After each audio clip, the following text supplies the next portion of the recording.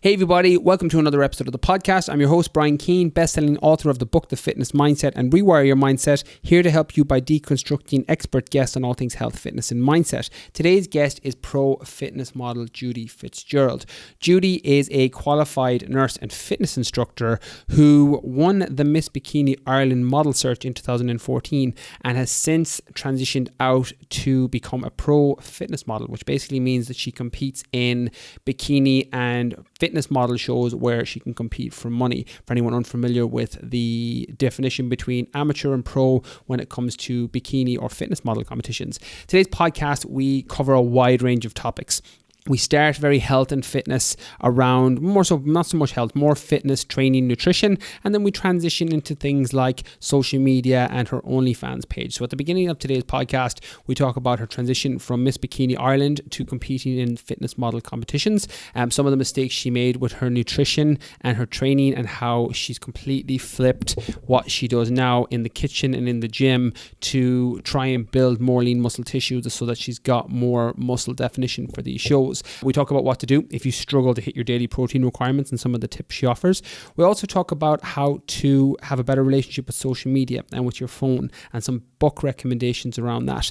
We dive into her job as a nurse and shift work in particular. So eating well with shift work and sleeping well when you're doing long 13-hour shifts as a nurse. So I think this is really valuable for anyone that is in any sort of shift work, whether it's nursing or in a hospital or in a factory or elsewhere. And then we talk about her OnlyFans page and some of the misconceptions around OnlyFans and how she uses it and who it's for and who she recommends could potentially benefit from using it. So a really interesting conversation around that topic that we haven't previously touched on in today's or in any podcast. So without further ado, here was a very enjoyable conversation with pro fitness model Judy Fitzgerald on OnlyFans, bikini competitions and social media. Enjoy.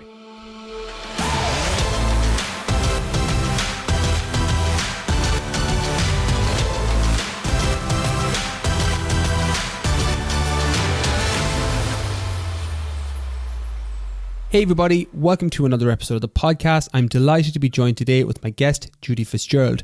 Judy is an Irish pro fitness model who became nationally recognised after winning the Miss Bikini Ireland model search in 2014. After being crowned Miss Bikini Ireland, she went on to represent Ireland in the World Finals in Cancun in Mexico. Judy is a high-profile model who has worked with the world's leading photographers and featured in many national and international publications. She has worked at many high-profile events, including New York Fashion Week, the Cannes Film Festival, the Monaco Grand Prix and Wimbledon, to name but a few. Judy is a European fitness model champion, and since winning her pro status, she has represented Ireland in the World Championships, or will be representing Ireland, even though we're going to get into that because we had a little bit of a COVID thing with that, Judy. So we will talk about turning some silver linings into positives or looking for the silver linings. But Judy is also a qualified nurse, fitness instructor and lifeguard. So I'm looking forward to talking all things fitness and mindset in today's show. Judy, welcome to the podcast. Hey Brian, thanks for having me on. Judy, before we go into it, I just would tell everybody listening, because we will be going into mindset later on in the podcast, because you were preparing for the World Championships in the WBFF in the Las Vegas show, but because of COVID, we're recording this a couple of days before the episode goes out, but because of the US ban, that's been put to the back burner now, am I right? Yes, so I have been on prep since my last show in November for this show. And I'm only just after hearing that the US have announced that they're not lifting the travel ban till the end of August. And there was talks that it was going to be lifted in June or July. And then we were all kind of like, my whole team were like, what are we going to do? Because, I have a posing coach. I've got Joe, bikini designer, who needed to get the bikini ready. Then, my coach needed to know what we're doing because, we just kind of needed to get prepared. But now this kind of just came out there yesterday. So now we're just going to prep for the Europeans in London and we'll go to the Worlds then the following year. Yeah, I love that. Again, taking a silver lining out of it. And as we were talking just before we went on air, one of the beauties of, bikini shows, bodybuilding, fitness modeling shows is, if they do get cancelled or something happens, it gives you more time to potentially grow so that you can have a little bit more lean muscle tissue, which can potentially help in some cases. So it's looking for those silver linings. So before we get into any of that, and we won't spend too much time on the competitions today, even though we will delve in and out of it, Judy, can you tell everyone a little bit about your backstory and what got you into the world of fitness? You know, I touched on it in the introduction there about the Miss Bikini Ireland search, but talk about your introduction to fitness. Where did that all start? I was studying exercise and health fitness in the University of Limerick, and then I saw Miss Bikini Ireland was advertised and they actually sent me on the application.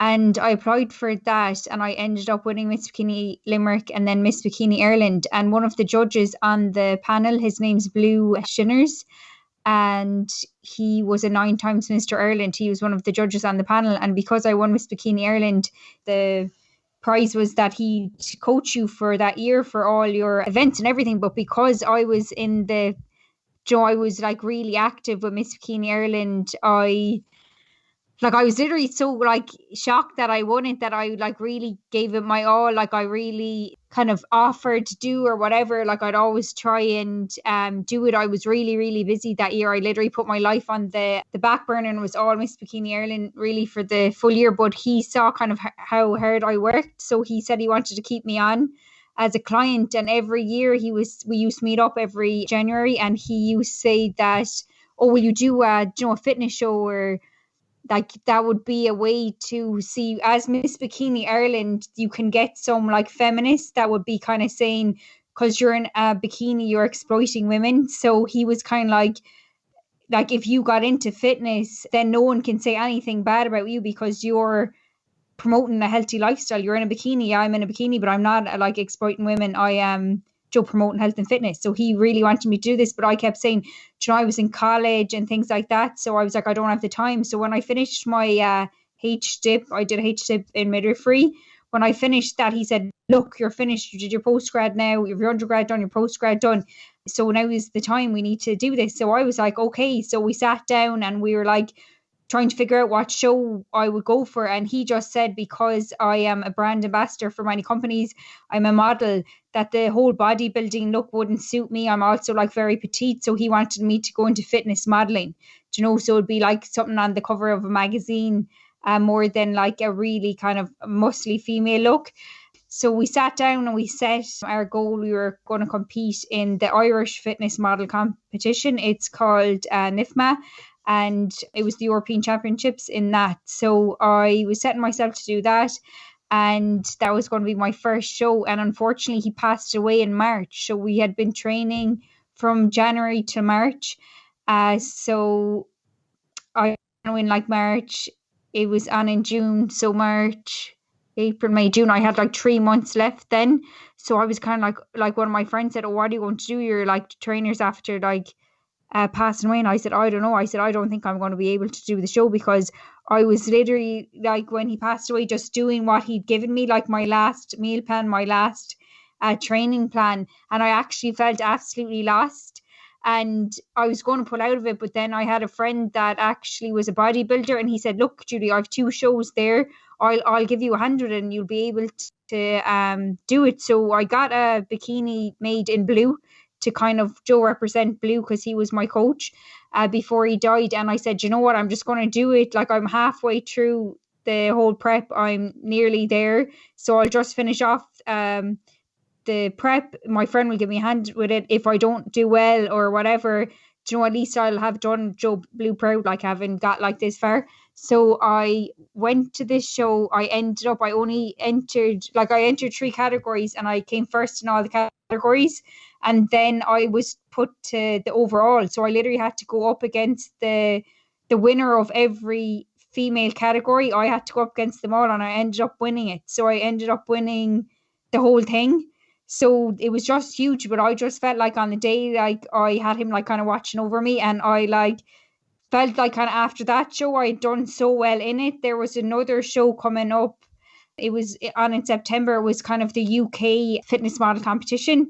And that was on in September. And I kind of said it to, my friend. And my friend was like, oh, I wouldn't do it. Like, you're in a calorie deficit for way too long. And, it's a big show or whatever. And I said, you know what, let's just go for it. Because this was June and that was in September. I said, let's just go for it just for the experience. And then we can work towards it, again. So I did it. I came first and I won my pro card. And it's kind of very rare, like, to get your pro card in like your first year competing. So like I did my first show in June, and by the September I had a pro card. So then I went on then to the Worlds, and the Worlds were on in the UK, and I did very well in them. But kind of the biggest fitness model contest is the WBFF. It's World's Beauty, Fitness and Fashion. That's what it stands for. But it's a huge show. So then I said I'm going to do that one next. So I set myself to do that last year. So I'm only competing in the fitness since 2019.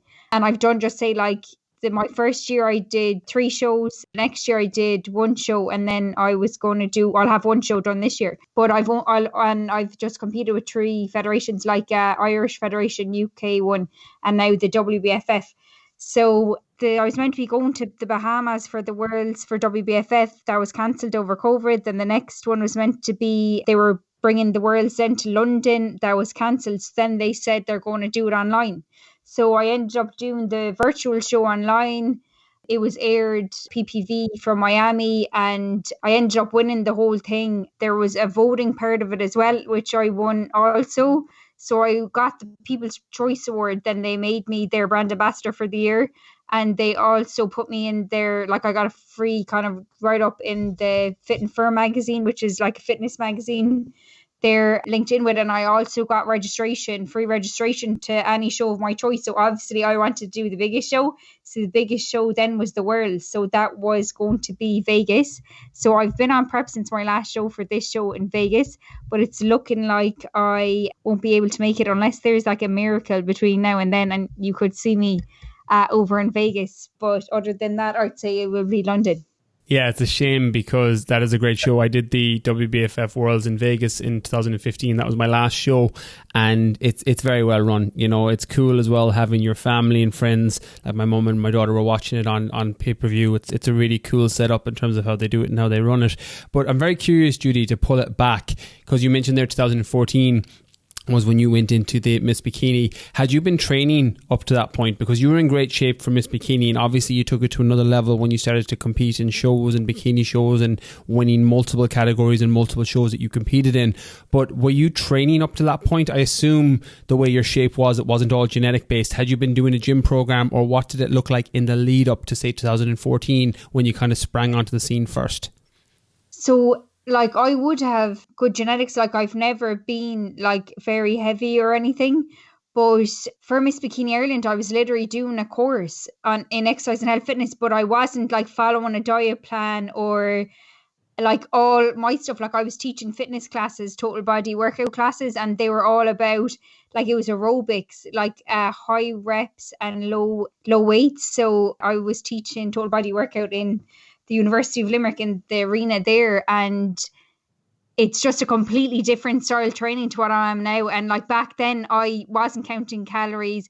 I didn't know what I was eating. Like I was literally just eating, like I always kind of ate healthy. Like when I was brought up, the way I was brought up, like we never used to get takeaways. Everything was, even like my mom thinks what I do now is absolutely ailing, like weighing your food and reheating your food. Like when I was growing up, you made your, like Joe, you got your dinner and you ate it there and then. There was no reheating and things like that. Yeah, like, Irish family, like eat what's on your plate. Like, and my dad's a farmer as well, so everything's real. Like, Joe, I suppose I probably was brought up on a very good diet. You know, like we never really ate much sweets, and we didn't care for them even then. Like, you know how when people are doing their plans and they're all about these cheat meals, like in all my preps I never asked for cheat meals, or like I don't care for, like it wouldn't bother me. Like I just feel like I just eat foods that I enjoy eating, and I don't kind of go for that whole cheat meal thing. Do you know, like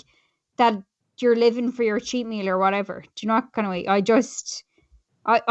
I try and put foods into my diet plan that I actually like eating, and if I want to eat, then I eat it. You know, if I just kind of factor it in. What does your current eating look like? I know that changes based on how close you are to a show, but generally throughout the year, what would your food look like? Do you track calories religiously? You know, you mentioned weighing your food and stuff there, which is kind of part and parcel of the competing world.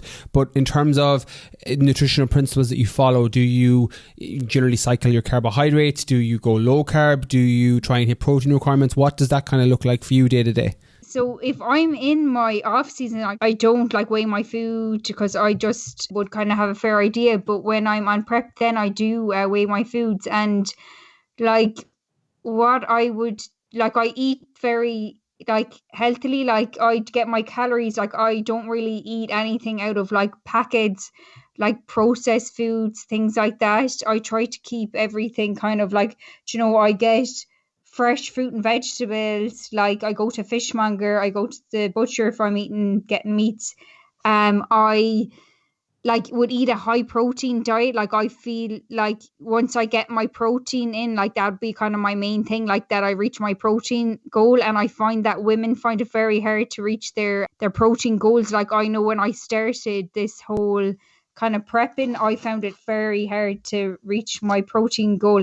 And I actually find a lot of females undereat. Like I was undereating. So some girls, like, I don't know, I actually was finding it hard to like get all the calories in when I was starting to count calories. But I suppose my main thing would be making sure I'm reaching my protein goals, then like to be taking my calories from like really good foods, opposed to, like, I wouldn't say good or bad foods, but like, yeah, nutritionally dense foods. I'm curious, Judy, just to pull it back on the protein, because I know there's a lot of people listening to this podcast who will struggle with that as well. What do you do differently now that allows you to hit your protein goal versus back when you were struggling with it?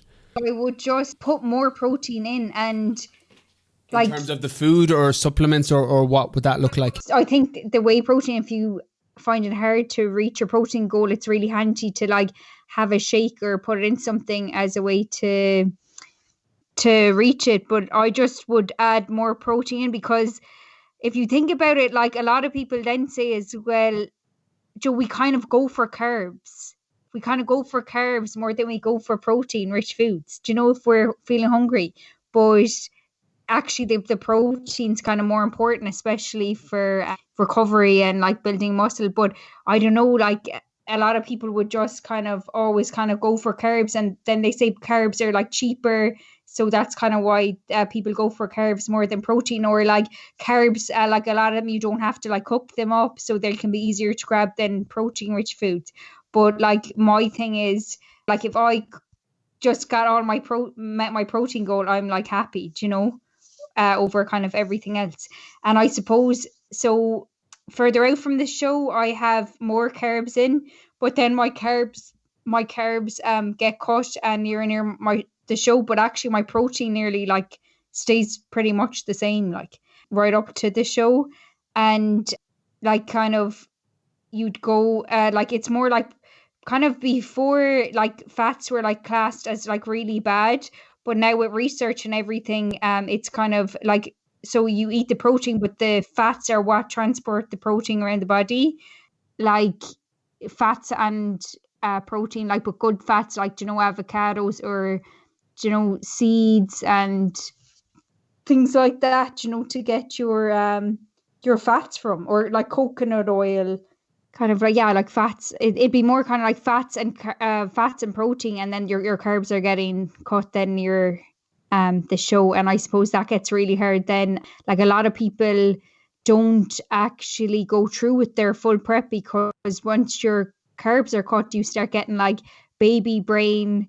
It's kind of hard to like concentrate in that, like without the carbs. And when you're really low body fat and you're tired and you're cold, kind of, it's like, I think you just need a lot of endurance, and it's kind of, you need a lot of mental toughness, really. Like yeah. Like I love prep because I feel like it's like a lifestyle. Like I feel great when I'm on prep. Like I feel like, I have a goal to reach, and I feel great, and I'm in a routine, and it keeps me structured. So I love being on prep, but because I see it as a lifestyle and I like that lifestyle. But other people then could see it as a chore. And like I remember, like, for my first competition, they were like, Jeannie, Judy, like you're like the opposite. Most people coming up to a show, they get like, weaker, and they're getting fed up near the show. And it's like, you're going the opposite. The nearer the show, the bigger the goal. Kind of, I'm way more motivated near the show. I kind of work well under pressure as well. Yeah, I'm going to pull back on that motivation for sure, just because I think that's really useful for people to kind of pick what it is that motivates you.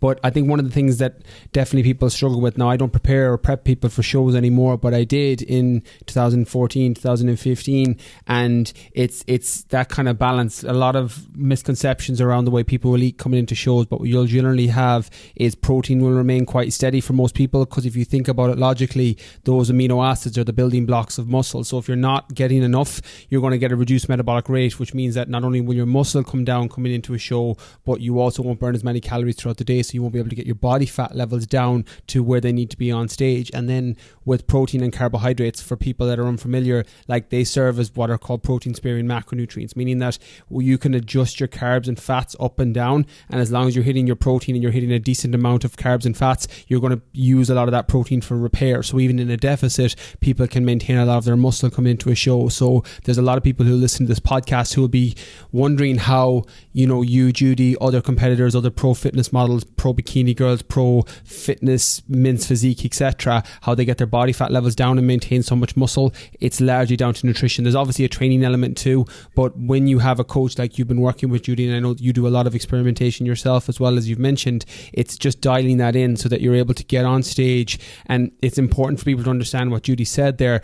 You're not going to win any, physics or math competition 2 or 3 weeks out from a show. Like, I remember I was brain dead for a month out from a show that I couldn't even do basic calculations in my head because it was so strenuous, because your glucose levels are so low from your carbs being down, so your brain doesn't have that thing to function, or doesn't have that fuel to function, and you don't drop protein low enough to drop into ketosis, so you can't run off an alternative fuel source. So you're in this limbo where you've got baby brain, or brain dead is what I used to always call it, but you're looking for an end goal of trying to stay on stage. You're motivated for getting up on stage with as much muscle as you can, or lean muscle as you can, but body fat staying low, and a lot of that motivation can be a struggle. Judy, where do you get your motivation from? As you said there, you work well under pressure and get more motivated as you get closer. Where does that come from? Is that just an innate personality trait, or is that something you developed? I'd say I probably developed it over time, but I would have kind of always been like that, like very driven. Like, I would always kind of set myself a goal, and even when I was teaching the fitness classes, like every woman coming to my classes, like they always had a goal, like whether it was like a dress they wanted to fit into an event they wanted to look good in, or things like that. I think it's very important to have a goal, and I think if you have a goal, then the closer you get to it, like you should, if you really believe in that goal, like you'll start getting more excited, and you'll be doing everything to try bring your best foot forward for that goal, to look your best. Yeah, it's just keeping the end in mind with what you're looking to do. You mentioned there that the people that would come to your classes, they would have a goal, and it's what kind of kept them motivated to come.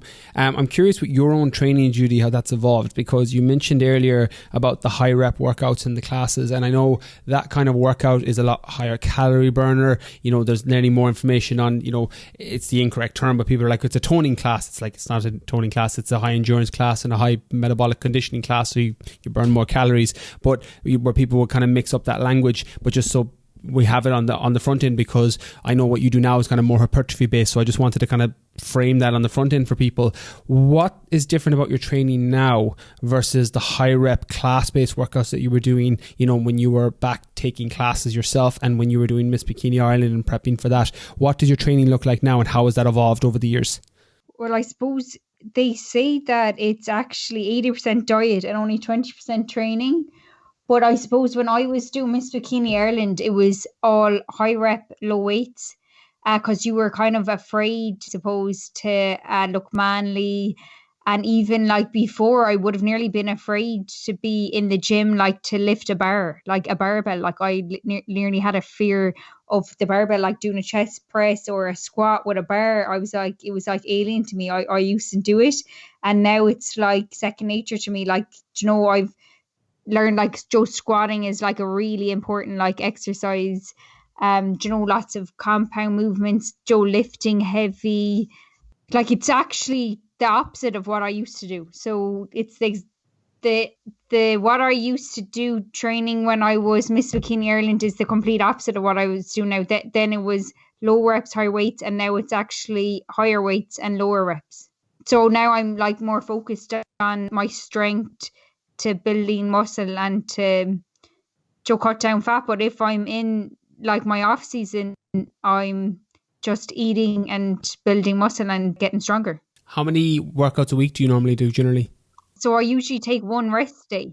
So just say if I'm in my off season, it's usually like 4 days a week, and I work 3 days. And those 3 days I don't go to the gym because like I work 13-hour shifts, so like you'd be tired those days. But the days when I'm actually on my prep, I do 6 days, and then I've one rest day, and one of the 6 days is like a total body workout day. Like just say I do back and biceps, then I do like triceps and shoulders. Another day I have 2 leg days where I train abs as well. Those days, I do a total body workout day, one rest day. I kind of like split it up, and usually it's like 2 muscles groups a day I would kind of do. You mentioned shift work there, Judy. I'm just going to pull it back because I think this is a really important thing for people who are living the lifestyle that you live. Now, you are definitely on the extreme side, preparing for the world and that whole side of things. It takes a whole another level of discipline and dedication in order to do that. But there's a lot of people listening to this podcast who struggle to eat with shift work. And you mentioned there in the off season that you're doing less training days, but that's generally, from my experience, not where people fall down with their nutrition on shift work. It's normally down to, or apologies, they fall down with their nutrition on shift work. It's not the training. What is your protocol for eating with shift work? Do you have any kind of tips or tricks that you use, or what would that generally look like for you? Because you're kind of a walking embodiment of making your nutrition fit your lifestyle, because otherwise you wouldn't be able to do what you do. What does eating with shift work look like for you? So I suppose shift work is very hard. Like I find the days I'm not working, I don't cheat my diet. Like I don't cheat my diet because, I don't buy things that, aren't on my diet plan, or, that I don't want to be going for. So the temptation isn't there at home. But then obviously like I'm working in a hospital, and I'm always getting like presents from the patients, and they always bring sweets. Like the majority of the time they're going to like be gifting you sweets. So there's always sweets, cakes, all these nice things lying around. So it's kind of, it can be very tempting. And then, we have a canteen. So you might be like, oh, do you know what? I'll just bring money to work or whatever. So like what I do is like I have a meal prep bag. Like I find them like really beneficial. I prep my meals the night before. Then I don't bring money to work. So then I don't feel like, going to the vending machine, going to the canteen or anything like that. I just bring what I want to eat that day. Like I found as well, like, with like night duty, a big thing for like night duty is like takeaways, and it can be like really like tempting as well to like go for takeaways. So like I think like everything in moderation. Like if I was in my off season and I'm not on prep, like I'll get a takeaway with the girls, or if we're having a party and work, I'll enjoy myself. But when I'm on prep, if I want to stay focused, I'm just always like thinking about the end goal, or if I wanted something, like someone gave me something and I'm like, oh yeah, I'd love to eat that. I actually like I did it for my first show. It's so funny. Like one of my friends said, Judy, please don't tell me you're still doing that thing you did for your first show. So for my first show, if I was in work and I got something and I'm like, oh my God, I'd love to eat that, I literally like kept it and I put it in a box. So like at the end of my first show, I had this box of all these things that, like I could have been like at a party or like at something, and there was something there that I wanted to eat. Like I'd literally take it home, put it into this box, and I had this big box then after the show. That's so funny. It is shocking how many fitness people who do shows have some version of that. When I was in it, I felt like, I'm still taking it, so it's nearly like I'm still eating it. Do you get me? Like it was like this thing in my head, like, oh yeah, like, do you want this bar? Yeah, I'll take it. But I didn't eat it then. But I still felt like, oh yeah, I still get it. Do you get me? Yeah, it's systems over willpower though. I think you need to have, either for anyone trying to hit a body compositional goal, but especially for stage. I think when you're doing shows like this, and I know when I was competing it was the same, like balance kind of goes out the window for a large part. It's just nature of the beast. Like I do ultra marathons and endurance events now, so balance with training goes out the window when you're competing in that world. And it's just, for people listening to realize that if you have an end goal, you're going to have things that Judy will say or I will say that sound crazy, like putting all your food and sweet food into a box to have after, but it's kind of part and parcel of what you're doing. Now, everyone has different goals based on food, relationships, etc. So I don't want to say for everybody listening who doesn't have aspirations to become, you know, a fitness model, world champion and become pro, you may not do the same thing. But it's really funny, Judy, because I had the similar experience when I was competing. So you're in good company there. I want to transition out of the eating with shift work and stay on shift work for a minute though. How's your sleep when you're on the night shift? I'm very curious. Anytime I work or chat to or have a conversation with someone on night shift, especially kind of high achievers like you who are excelling in their area of expertise in terms of what they compete in or what they do, how's your sleep, especially when you're working things like night shift? Yeah, I think not like shift work is really hard. Like when I qualified, just say when I did my postgrad, like I requested clinics because I wanted clinic work, but just like I couldn't get clinics. Like no one in my year kind of got what they asked for. They kind of just put us where they needed us, where they had the deficits in the hospital. But like I ideally would like to work in a clinic like 9 to 5 because, you know, just to be in that routine, because it is very hard when you're working shift work, like your whole body clock, like it takes actual time to like adjust back, and like it does affect your sleep. Like when I go on my shift work, I'm losing a night sleep going on and a night sleep coming off. And I find actually, like they say, ideally you should be getting 7 to 9 hours sleep. Like sometimes I'm getting like 5-6 hours would be kind of like I'd say I get around 5 to 6 hours sleep, you know, but I'd love to be getting like 7 to 9 hours, you know, that kind of way. 100%. And like sleep is like so important for like recovery and everything. Like sleep is like they say sleep is king, like sleep's like so important. Do you have any, like when you go home and you have to sleep during the day, do you use like blackout blinds, or do you have any sort of things that you use to try and support your sleep? Or is it something that you just kind of power through with and go, right, I'm knackered, I'm going to fall asleep, and you just end up doing it? Or what does that kind of look like in terms of your lifestyle? Yeah, so like I have like a kind of like nighttime ritual. Like just say if it's in the winter, I like always like would have like my electric blanket on. I have like a salted lamp beside my bed. I have scented candle. I have, you know, an oil diffuser, and I have like lavender oil in it. I drink like chamomile tea, and I always read a book as well before I go to bed. And I try not to go on my phone like 3 hours before bed. So like what I started doing is when I'm actually finishing up my shift, my phone goes off. And then when I get home, I get ready for bed. Then I, you know, get into bed, turn on all my bits, and then I read my book before I go to bed. And a lot of the kind of courses and stuff I've done, like it's really like focused on the phones, like the actual negative impact the phones are having, that we could all have had PhDs with the amount of time we're spending like scrolling through looking at absolute nonsense online. And a lot of it's like completely fake, because like, Joe, people would look at my life and think like, oh, I'm living like this big, like extravagant life, you know, but like you're only posting like your best bits. And like, Joe, people then can kind of forget like you're actually like a real person. Do you know, like you're like down to earth real person like everybody else, but they think by looking at your social media, people can like judge you and think that, Joe, you're someone else. Whereas like I work like extremely hard. Like I work like, you know, 13-hour shifts. Like I actually work my ass off. Sometimes I feel like I've no time to myself because I'm always working. But people could like look at my social media and think that, oh, sure, that one, she's a great life. She's off here, there and everywhere.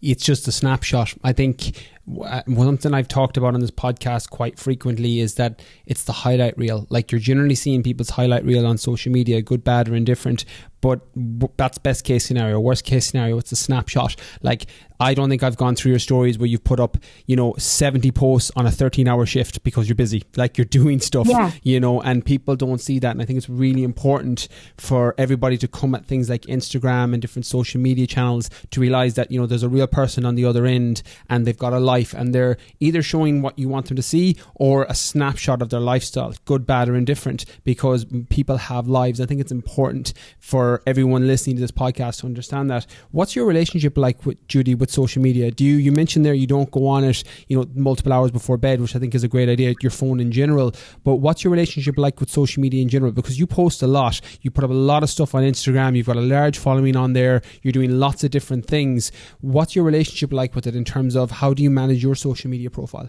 So with social media, I think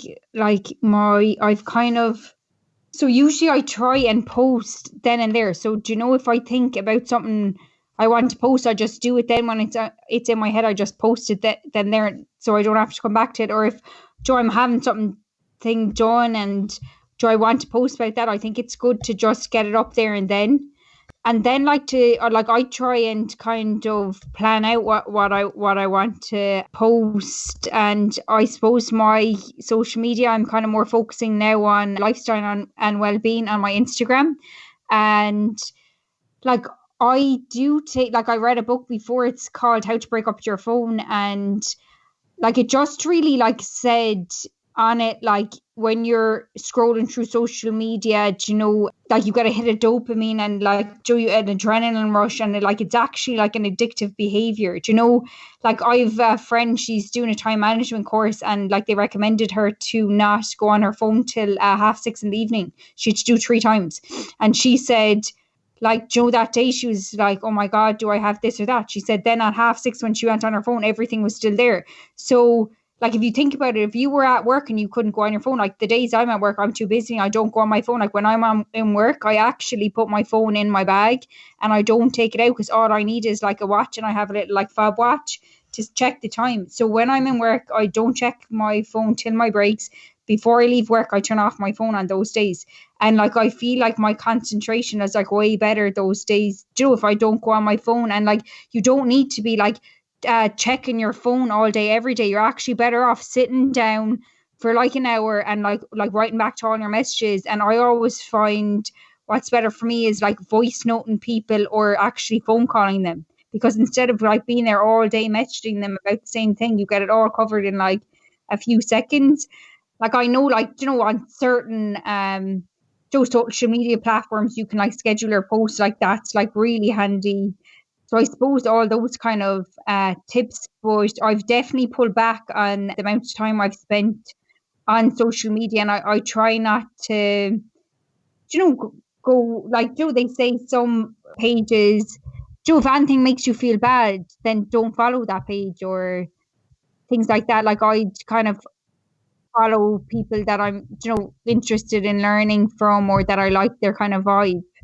I follow people like that. Yeah, I think it's so important to realize that if somebody in your following pages on social media, on Instagram in particular, for people that, if you're not getting value from the content, you can unfollow. Or if it's with a friend or a family member or somebody you don't want to offend, you can mute people's posts. I think that's a really effective way to, save face, where I think your social media, you have to, in my experience anyway, you have to make it be supportive of your lifestyle, because otherwise you can get sucked down rabbit holes of comparison syndrome or negativity, or just getting outraged at something for whatever reason. And it's funny you mentioned that book, How to Break Up With Your Phone. I can't remember, I had Siobhan O'Hagan and Sinead Higgerty on the podcast recently, and one of them mentioned that book as well, if I'm not mistaken. So it's coming into the space a lot. So I think for people who are struggling with that area, now that you've mentioned it as well, Judy, I think it's definitely worth checking out. I know you use a lot of stuff on your Instagram for lifestyle and well-being, and we talked about this briefly before we went on air. You do an OnlyFans page as well for your glamour shots, so you kind of split the worlds in terms of how you do it. How do you find OnlyFans, and in comparison to Instagram, do you like having the split where you can put the glamour stuff on that and have it paid for people, and then have your lifestyle and well-being? Is it an experiment for you, and how are you finding that so far? Yeah, so I've had a really good experience with OnlyFans. So I did a lot of research into OnlyFans before I set it up, and I just think it's a really good platform. There's loads of business people on it, coaches on it, glamour models, there's chefs on it, there's everything on it. I suppose I'd have a lot of friends in America, they're all on it, because it's just seen as another social media platform. But why I find it's good for me, I just said I wanted to have my Instagram like all health and fitness related, and then for the glamour shoots I wanted them on the OnlyFans, so I would have been known as like a big glamour girl in Ireland when I first got into modelling. Like I'd always be on the papers like in my lingerie or in bikinis. That's just kind of all the shoots that I was kind of getting called for at the time. So like I found like, just say in work, like I had like one girl and she used to like, just say I'd have to precept her students and she'd be like, have you been following Judy on Instagram? And or do you like, so like I like to keep my profession like professional, and then my kind of what I do outside of work, it's nothing to do with my work. So like I don't talk about my social media, events I attend or anything like that when I'm at work in my nurse job, because they're two different lives. Yeah.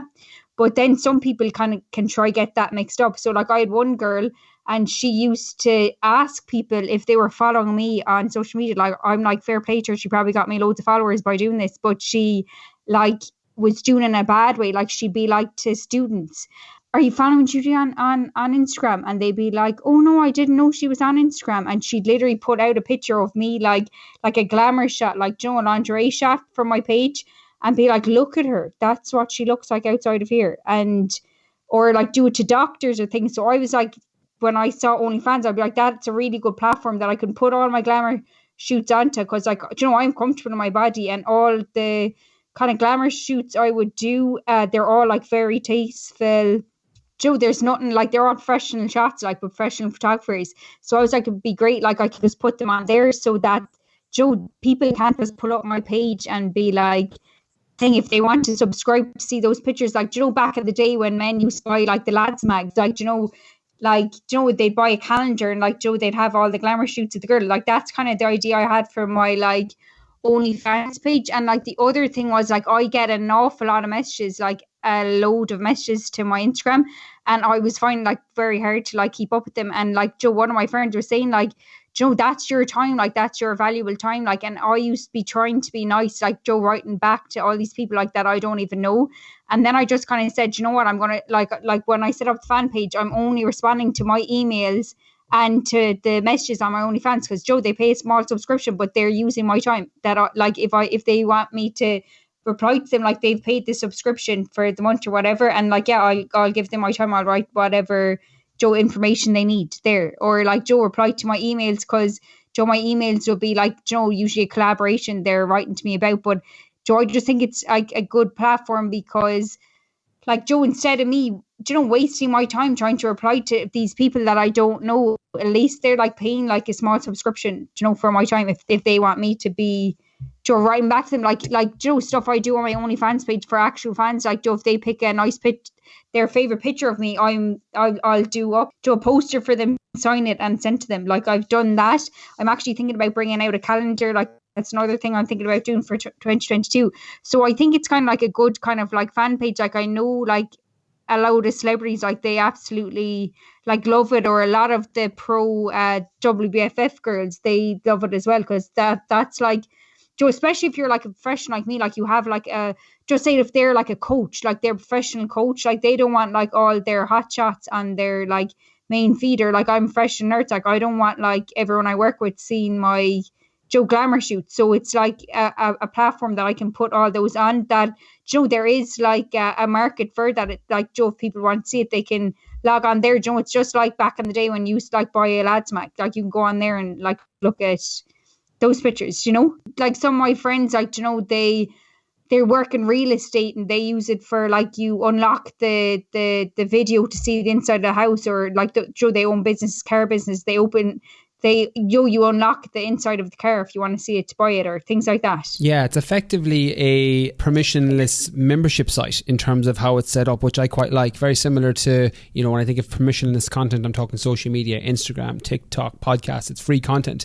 But when it comes to OnlyFans, you're talking the membership side of that, because in the lead up to this podcast, I did a little bit of research into it just because I wasn't super familiar with it. And there's a whole range of things that are covered in it, from business, as you mentioned, in real estate, to glamour shoots, to, you know, stuff that's a little bit more sexual in nature, and a wide range. Would you recommend it, Judy, for people who are, and I think you're using it in a very effective way, you work professionally as a nurse, and I think there's a lot of people listening, a handful of people listening, definitely a percentage, who would love to go down the route of, you know, doing these shoots and doing even for themselves. You know, you're confident in your body, you're proud of your body, you're proud of the work and effort that you put into it, and, you know, getting receiving a small payment or a payment from people in a membership site. I think it's effectively just that, and it's a very good way to stay inspired and stay motivated, but especially from the privacy aspect, that people can't search it on Instagram. Would you recommend it for people who are in a similar boat to you, where they're professional and they don't want... I would definitely recommend it. Like, I do find just in Ireland, like the whole Irish culture, like people can be very judgmental, very narrow-minded. And I remember, like, when OnlyFans first kind of got big in Ireland, like everyone was using American, then it got big in Ireland, but it was all focused on like the sex industry. Like, that's all people like so like the sex industry is like the biggest paying industry in the whole world anyway.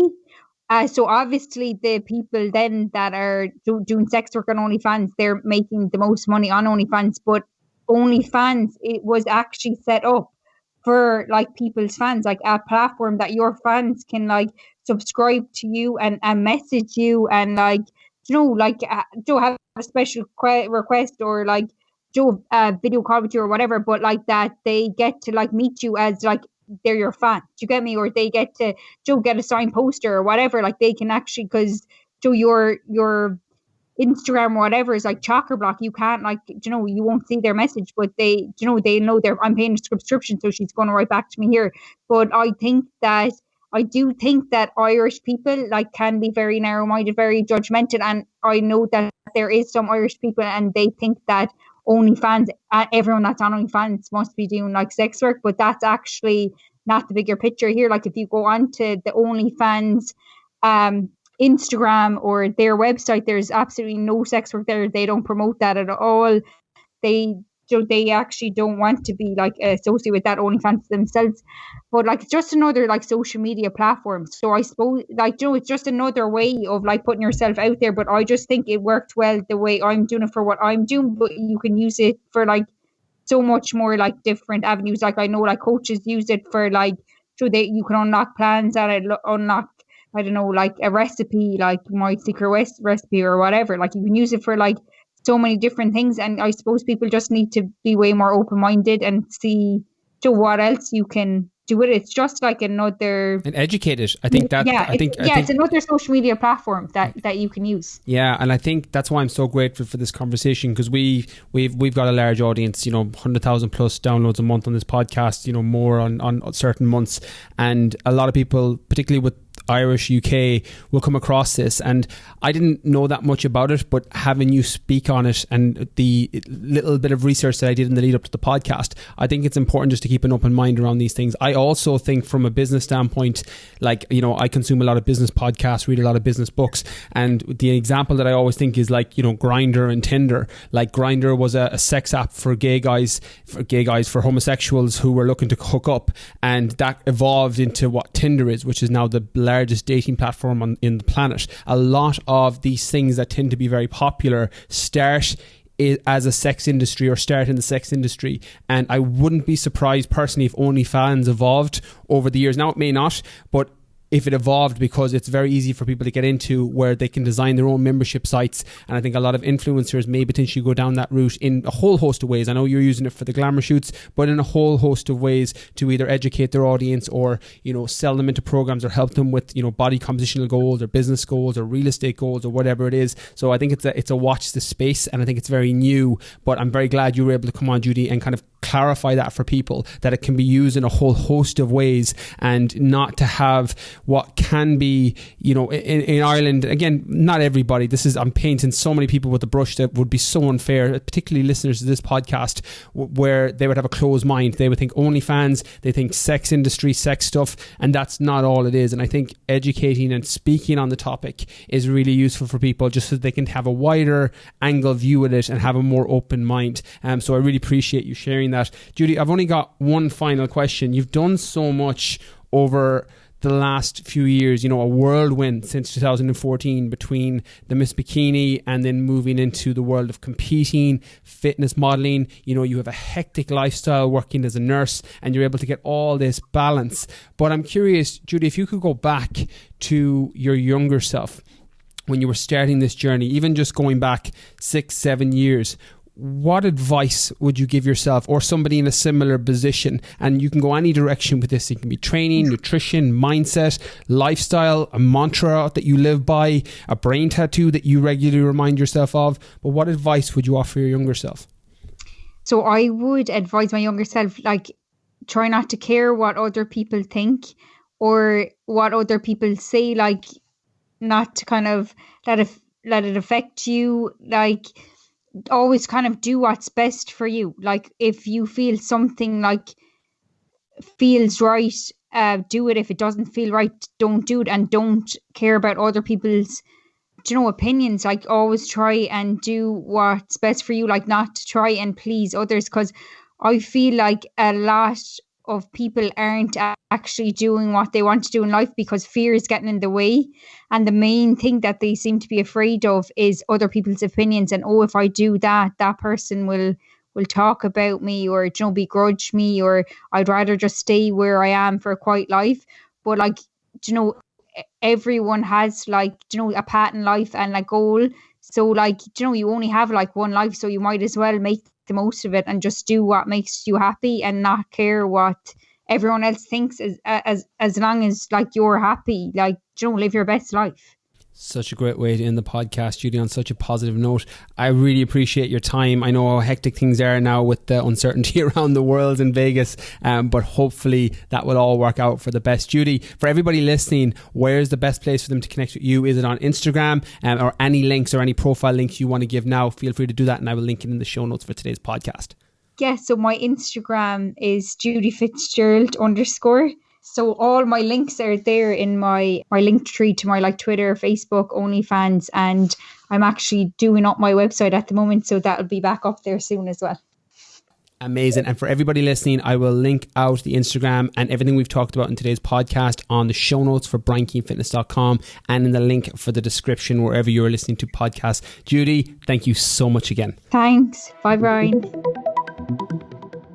There you have it, pro fitness model Judy Fitzgerald on OnlyFans, bikini competitions and social media. Really interesting conversation today where we got to talk on a whole host of different topics. So for those of you who are similar to Judy in the sense that you want to transition from going and doing a lot of cardio, not working too much or thinking too much about your nutrition, to becoming a little bit more specific with a goal that you're working towards, and some of the things that people in the competing or competitive industry do in order to hit their goals and stay motivated and disciplined, such as, preparing for worlds or becoming pro in their category of whatever it is they're doing. So really, really grateful that I got to do this conversation with Judy and touch on topics like OnlyFans that I haven't previously covered on the podcast. So I hope you enjoyed it. As always, if you did, be sure to take a screenshot of today's podcast. You can tag both myself and Judy on your Instagram page. I'm Brian_Keane_fitness and Judy is Judy Fitzgerald _. So that is everything from this week's podcast. Catch you all next Monday.